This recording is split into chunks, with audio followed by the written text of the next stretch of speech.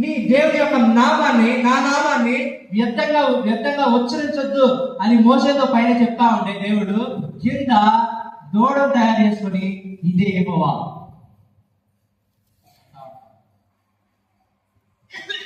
చూడండి దేవుడు ఎట్లాగా వాళ్ళని గద్ద రెక్కల మీద తీసుకొచ్చిన మర్చిపోయారు. ఎన్ని దినాలు పట్టింది మర్చిపోవడానికి? 40 దినాలు. ఎర్ర సముద్రాన్ని దేవుడు చీల్చాడు, అది మర్చిపోవడానికి ఎంత సమయం పట్టింది? 40 దినాలు.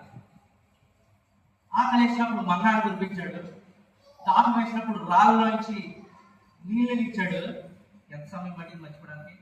40 దినాలు. అంత ఎందుకు? దేవుడు తన కంఠస్వరాన్ని, తన సన్నిధిని వినిపించాడు, అది మర్చిపోవడానికి ఎంత సమయం పట్టింది? 40 దినాలు. Just 40 days. They forgot everything. అంతా మర్చిపోయారు.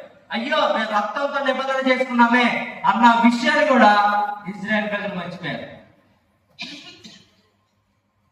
యెహోవా నామాన్ని వ్యర్థంగా వచ్చేస్తా ఉన్నారు. ఇంకా తెలుసా, పైన దేవుడు వ్యభిచారం చేయొద్దు అని అంటే ఇక్కడ ఏం చేస్తా ఉంటారు తెలుసా? 6వ వచనంలో దహన బలులు అర్పించి వాళ్ళు 6వ వచనం 32వ అధ్యాయం 6వ వచనం, అప్పుడు జనులు తిరుటకును త్రాగుటకును కూర్చుండి ఆడుటకు లేచిరి. అది ఎట్లాగంటే సెక్షువల్ ప్లే, వాయ వరుస లేకుండా ఇష్టం వచ్చినట్లు డాన్స్ లేడు.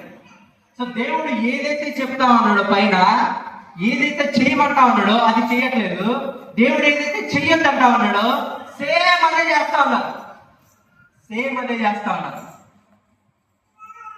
దేవుని నామాన్ని వ్యర్థంగా ఉచ్చరిస్తా ఉంటారు. దీని గురించి నేను మాట్లాడాలనుకుంటా ఉన్నాను. దేవుని యొక్క నామాన్ని వ్యర్థంగా ఉచ్చరించడం అంటే మనం తెలుసో తెలియకో కొన్నిసార్లు హల్లెలూయా అనేస్తా ఉంటాం.